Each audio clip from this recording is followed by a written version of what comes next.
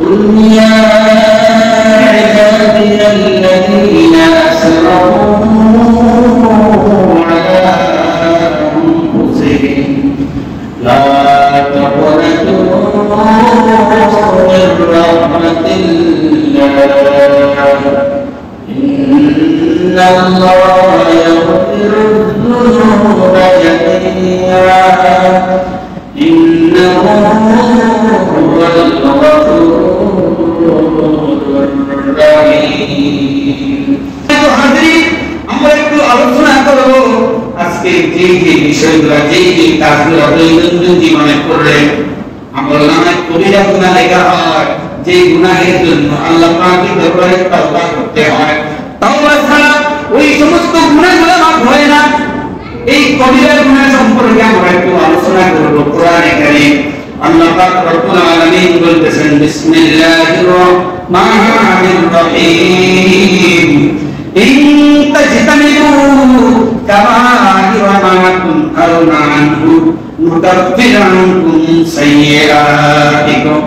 আল্লাহ পাক রব্বুল আলামিন বলেন, তোমাদের প্রতি যেই কাজগুলো আমি আল্লাহ নিষেধ করেছি, যে কাজগুলো করা তোমাদের দুনিয়া আখিরাত বরবাদ হয়ে যাবে, ওই বড় বড় গুনাহগুলো, বড় বড় আমার নিষেধ সূচক কাজগুলো থেকে তোমরা যদি নিজেকে নিবৃত্ত রাখতে পারো, বিরত রাখতে পারো, তাহলে আমি আল্লাহ পাক অপরাধ ছোট ছোট গুনাহগুলো আমি আল্লাহ পাক মাফ করে দেব। সুবহানাল্লাহ। তোমরা যদি বড় বড় গুনাহগুলো থেকে নিজেকে কি রাখতে পারো, বাঁচিয়ে রাখতে পারো, তাহলে বড় বড় গুনাহগুলোর নাম কি? গুনাহে কবিরা। কি গুনাহ? কবিরা গুনাহ। হযরত মুআজ রাদিয়াল্লাহু তাআলা আনহু রাসূল পাক সাল্লাল্লাহু আলাইহি ওয়াসাল্লামের একজন জলিল কদর সাহাবী ছিলেন। ওই সাহাবীকে নসিহত করতে গিয়ে, উপদেশ দিতে গিয়ে হুজুর পাক সাল্লাল্লাহু আলাইহি ওয়াসাল্লাম 10টি উপদেশ বাণী ওই সাহাবীকে শোনাইলেন।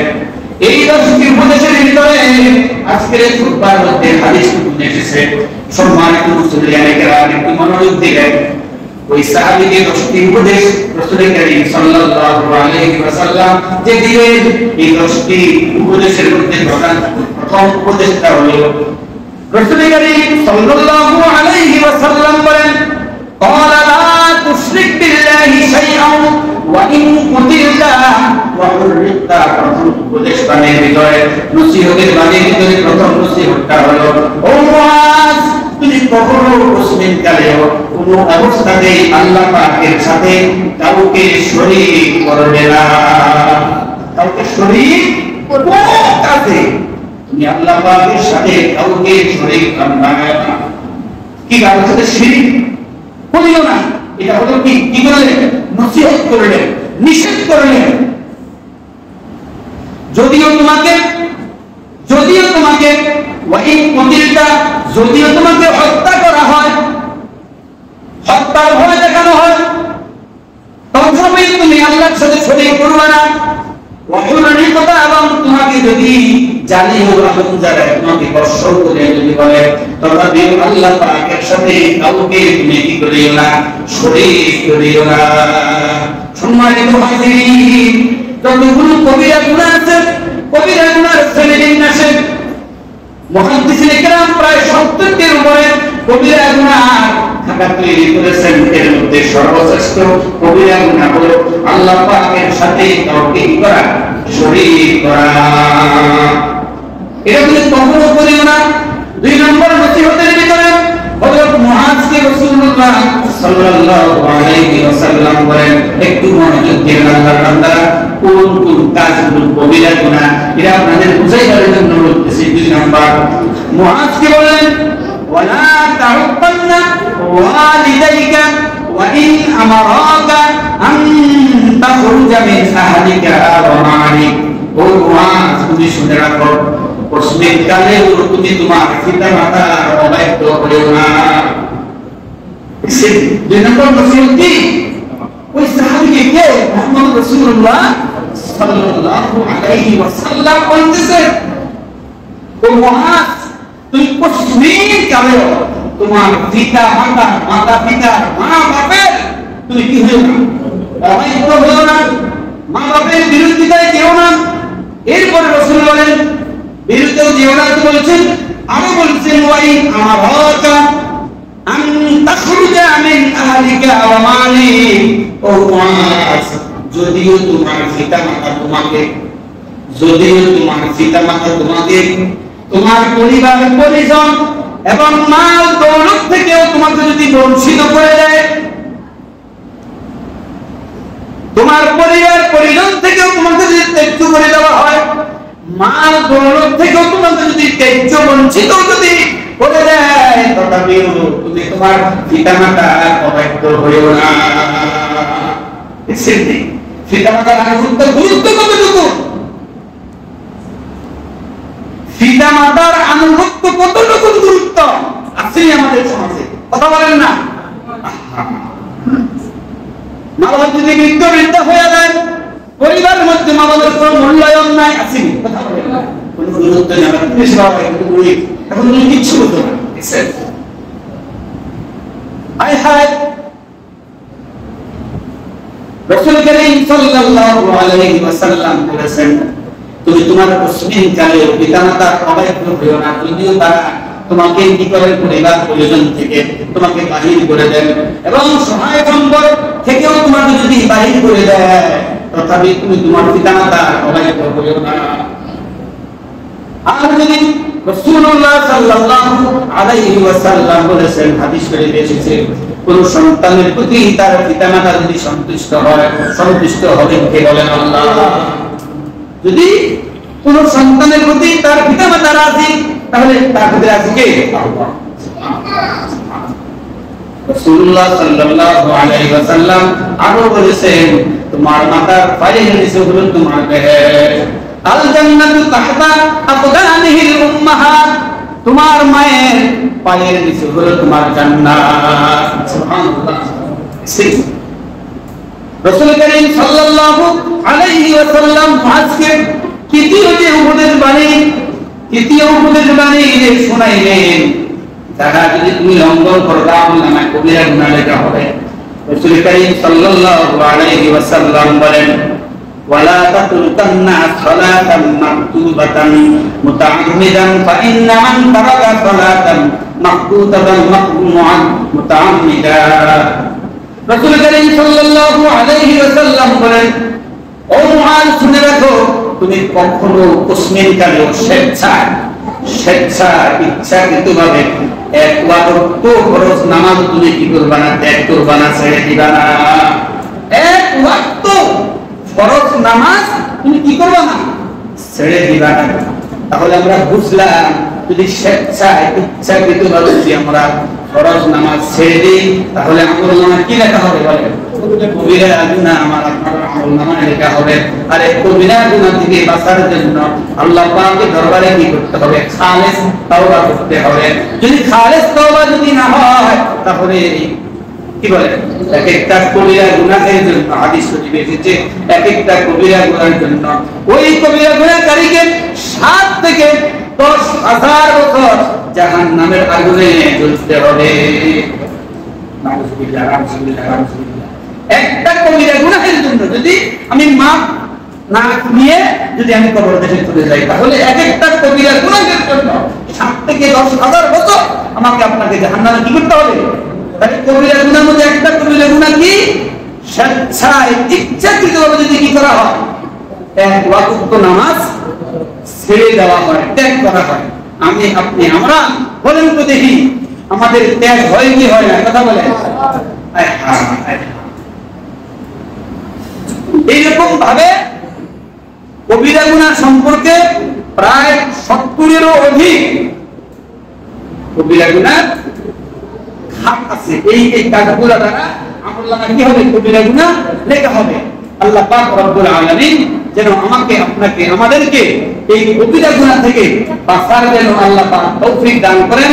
আল্লাহ পাক বলেছেন, ইন তাজতানিবু কাবাইরা মা তুনহাউনা আনহু নুকাফির আনকুম সাইয়্যাতিকুম। ও আমার বান্দা বান্দীরা, তোমরা যদি বড় বড় কবিরা গুনাহগুলো থেকে বেঁচে থাকতে পারো, অপরাধ গুনাহগুলো আমি আল্লাহ কি করব? মাফ করে দেব। আর ওই কবিরা গুনাহ যদি তোমার দ্বারা হয়ে যায় তুমি খালিস দিনে কি করবা قل يا عبادي الذين اسرفوا على انفسهم لا تقنطوا من رحمة الله إن الله يغفر الذنوب جميعا إنه هو الغفور الرحيم আল্লাহ পাক বলেন আমি বলে দেন তারা যেন আমার রহমত থেকে নৈরাশ হয়ে না যায় আমার রহমতে তুমি বঞ্চিত হয়ে না যায় খেয়াল করবেন আমার আপনার ভুল ভ্রান্তির কোনো শেষ নাই কবিরা গুনাহ কি সগীরা গুনাহ কি গুনাহের বড় জীবন জিন্দেগি আমি আপনি আমরা আল্লাহ পাকের দরবারে কি করব খালিস দিলে তওবা করব ভবিষ্যৎ জীবনে যেন আমাদের দ্বারা আর কোনো কবিরা গুনাহের কাজ না হয় এই শুক্রবারের আগেই মহানবী চাঁদ আমাদের মধ্যে কি করবে প্রবেশ করবে এই মহানবী মাসে হাদিস শরীফে এসেছে মুহররম চাঁদের প্রথম রাত্রিতে মুহররম চাঁদ উদিত হবার প্রথম রাত্রিতে কোন ব্যক্তি যদি মাগরিবের নামাজের পরে এশার নামাজের আগে দুই রাকাতে যদি 8 রাকাত নফল নামাজ আদায় করে কত রাকাত 8 রাকাত নফল নামাজ আদায় করে তাহলে রাসূল করিম সাল্লাল্লাহু আলাইহি ওয়াসাল্লাম বলেছেন তার আমলনামায় আল্লাহ পাক রব্বুল আলামিন এই নামাজ আদায়কারী এবং তার পরিবারের জন্য রাসূল করিম সাল্লাল্লাহু আলাইহি ওয়াসাল্লাম কিয়ামতের দিন সুপারিশ করবেন সুবহানাল্লাহ সুবহানাল্লাহ আমলটা কি বলেন 8 রাকাত নামাজ আদায় করা যদি আমরা চেষ্টা করি ইচ্ছা করি তাহলে আমরা কি পারবো কি পারবো না বলেন যদি আমি আপনি আমরা এই আমলটা করি ভুল ত্রুটি যদি আল্লাহ পাক সুন্নাহ করে যদি আল্লাহ পাক কবুল করেন এর দ্বারা কি হবে কিয়ামতের কঠিন মুসিবতে রাসূল করিম সাল্লাল্লাহু আলাইহি ওয়াসাল্লাম ওই আমলকারী এবং তার পরিবারের জন্য সুপারিশ করবেন সুবহানাল্লাহ সুবহানাল্লাহ রাসূল করিম সাল্লাল্লাহু আলাইহি ওয়াসাল্লাম যদি কোন মুমিন মুমিনাতের জন্য যদি আল্লাহ পাকের দরবারে সুপারিশ করেন তাহলে আল্লাহ পাক রব্বুল আলামিন আল্লাহর হাবিবের সাথে প্রতিশ্রুতি করত সুবহানাল্লাহ বলেন সুবহানাল্লাহ আলহামদুলিল্লাহ বলেন আল্লাহ পাক আল্লাহর হাবিবের সাথে কি প্রতিশ্রুতি করত আল্লাহর হাবিব যদি কোন উম্মতের জন্য আল্লাহ পাকের কাছে কি করেন সুপারিশ পেশ করেন তাহলে ওই সুপারিশ আল্লাহ পাক কি করবেন গ্রহণ করবেন কবুল করবেন তাতে কোনো সন্দেহ নাই সুবহানাল্লাহ আলহামদুলিল্লাহ তাহলে যদি আমি আপনি আমরা একটু কষ্ট করি কারণ ফল লাভ করতে গেলে ভালো ফল লাভ করতে গেলে একটু কি করতে হবে একটু কষ্ট একটু মেহনত কি করতে হয় কি হয় না বলেন আমরা জানি এই যে বলেন মিষ্টি ভালো একটা কি খাবার সামগ্রী ভালো কি করে এই মিষ্টির প্রতি আকর্ষণ কার না আছে কি করে আছে কি নাই কথা বলে কেউ যদি মনে করে আমি মিষ্টি খাবো কথা বলে যদি দুধ দিয়ে খায় তাহলে কি মিষ্টির স্বাদটাকে সে পাই বলে কথা বলে না অথচ আমরা জানি মিষ্টি বানানোর প্রক্রিয়ার মধ্যে সবচেয়ে গুরুত্বপূর্ণ হলো কি দুধ বলে দুধ ছাড়া কি মিষ্টি হবে না কুসুমি কারিও না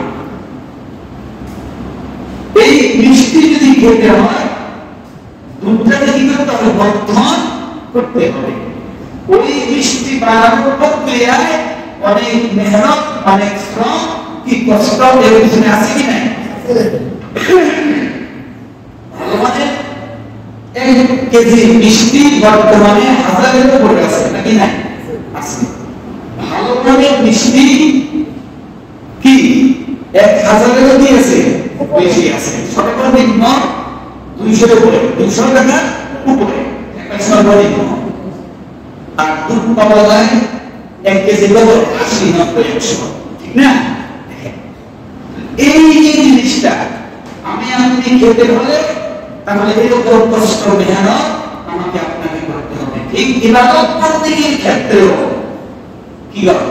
ইবাদত বন্দেগীর ক্ষেত্রেও কি যদি আমি ভালো একটা ফল লাভ করতে চাই এই ইবাদতের মধ্যে আমাকে আপনাকে একটু মেহনত কষ্ট কি লাগবে কি লাগবে না?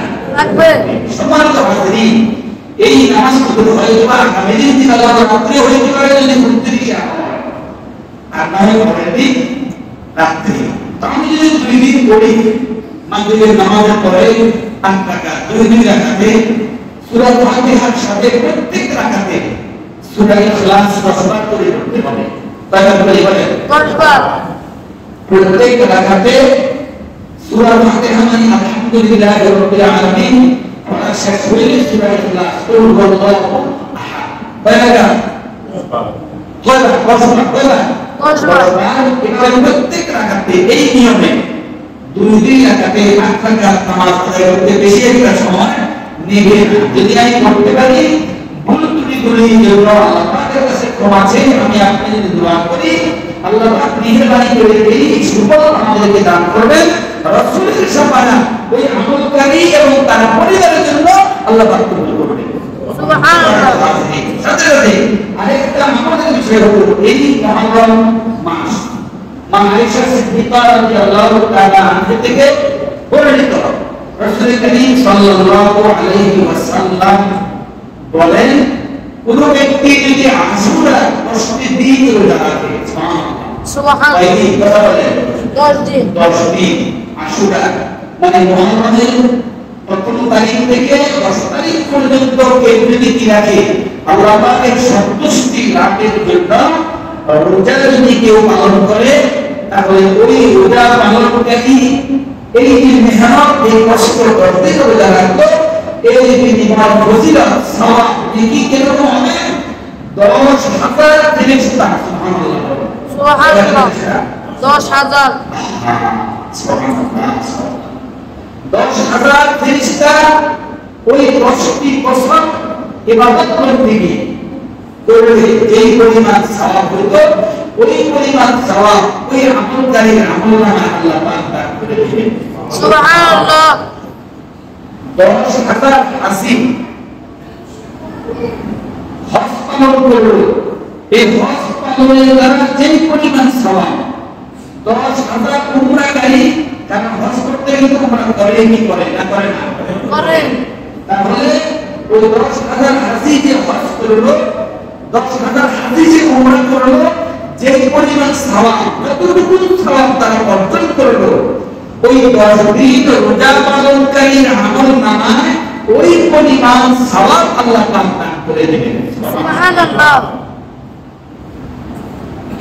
যদি কমসে কম কোন ব্যক্তি যদি মুহররম মাসে একটি দিনও রোজা রাখে, সুবহানাল্লাহ একটি দিনও যদি কেউ রোজা রাখে তাহলে ওই রোজা পালনকারী একদিন রোজা রাখার কারণে আল্লাহ পাক রব্বুল আলামিন ওই ব্যক্তিকে 30 দিন রোজা রাখলে যে পরিমাণ সওয়াব ওই পরিমাণ সওয়াব আল্লাহ পাক তার আমলনামায় দান করে দিবেন। সুবহানাল্লাহ। আরেকটি বিষয় মনে রাখবেন এই আশুরা যে দিনটা হবে 10 তারিখ যে দিনটা যারা রোজা রাখবেন তারা 2টা রোজা রাখবেন। কয়টা রোজা? 2টা। আশুরা বলে দিলাম যেহেতু সামনে আছে আবার কত রোজ সংসার সামনে আছে আশুরা রোজা 2টা রাখতে হয়। আপনি একটা কথা বলবেন আশুরা 10 তারিখ যদি কেউ আশুরা দিনটা রোজা রাখেন তাহলে আগের দিনও রাখবেন পরের দিনও আগের দিন যদি রাখতে না পারেন তাহলে আশুরা দিন রাখবেন পরের দিনও রাখবেন। মোট কয়টা হবে? 2টা রোজা রাখবেন। আশুরা রোজা হবে কয়টা? 2টা মনে রাখবেন। আল্লাহ পাক রব্বুল আলামিন যেন আমাদেরকে রাখার তৌফিক আগে তো জানতে হবে, ঠিক না? আগে কি করতে হবে? আগে জানতে হবে, তারপরে পালন করা আমল করা। আর যে জানাটা যদি আন্তরিকতার সাথে হয় তাহলে আল্লাহ পাক আমাকে আপনাকে অবশ্যই কি করবেন? আমল করার ব্যবস্থা আল্লাহ পাক করে দিবেন। এটা আল্লাহ পাকের ইচ্ছা। ইবাদত করা এই ক্ষমতা নিজস্ব নয়, কি নয়? নিজস্ব নয়, নিজের বেড়ে নয়। বাহাদুর দরবেশ ফকির নামে একজন ওলি আল্লাহ ইতিহাসে যার নাম সর্বক্ষরে লেখা, বাহাদুর ফকির বলা হয়। কি বাহাদুর দরবেশ বা ফকির অত্যন্ত উচ্চ মাপের একজন ওলি আল্লাহ ছিলেন। এই যে সব কাজগুলো, নেক কাজগুলো, এটা আল্লাহ পাকের দয়া অনুগ্রহের দ্বারা হয়, এটা বোঝানোর জন্য এই ঘটনাটা আপনাদের সামনে পেশ করতেছি। বাহাদুর ফকির আব্বাসীয় খিলাফতের একজন বাদশা থেকে বাদশা হারুন রশিদ অত্যন্ত নেককার একজন ছিলেন, ধর্মপরায়ণ একজন বাদশা ছিলেন। ওই সময়ে বাহাদুর ফকিরের কি ছিল? যোগ ছিল, সময় ছিল। এই বাদশা হারুন রশিদ তার রাজকীয় বিভিন্ন সময়ে কোন অসুবিধা দেখা দিলে, কোন প্রয়োজন দেখা দিলে বাহাদুর ফকির কি করতেন? রাজ দরবারে ডাকতেন, আহ্বান করতেন। একদিন এই বাদশা হারুন রশিদ উনি ওনার মসনদে শাহী দরবারে দোতলায় বসা। এখন তো আমাদের দোতলা 5 থেকে 10 ফুট মাত্র উঁচা, কি বলে? কিন্তু আগের দিনের বিল্ডিং গুলো এরকম ছিল না। কি কারণ? আগের দিনের আমাকে এত কাছাকাছি ছিল না। রাজকীয় দরবারগুলো তারা দোতলা করে বর্তমান 3 তলা 4 তলা সমান, অনেক উঁচা ছিল। এই বাদশা হারুন রশিদ ওনার দোতলার ছাদের উপরে বসে বাতাস কি করতেছেন? উপভোগ করতেছেন। হঠাৎ তিনি দেখলেন রাস্তা দিয়ে বাহাদুর ফকির দরবেশ যাচ্ছে। ওনার সাথে যারা ছিলেন সিপাহী বললেন, যাও দ্রুত তাড়াতাড়ি যেভাবে পারা যায় বাহাদুর দরবেশকে আমার কাছে পৌঁছে দাও। সিপাহী দ্রুত চলে গেল, ওনাকে এনে সরাসরি সিঁড়ি দিয়ে উদ্ঘাটন না করে, বর্তমান তো আছে ব্যবস্থা কি অনেক ধরনের লম্বা বিল্ডিং গুলা কি আছে, লিফট ব্যবস্থা আছে, এরপরে সিঁড়ি ব্যবস্থা রাখছে, যে যেটাই কি করে গ্রহণ করে। তো এখন ওই সময় তো লিফট ছিল না, বিকল্প ব্যবস্থা ছিল রশি করতে তারা একটা বসার মতো আসন তৈরি করে সেখানে বসাইতেন, তার উপর দিয়ে খুব টান দিতেন, দ্রুত লিফটের মতো কি করত। ওই সময়ের প্রক্রিয়া, ওই সময়ের ব্যবস্থাপনা এটা ছিল।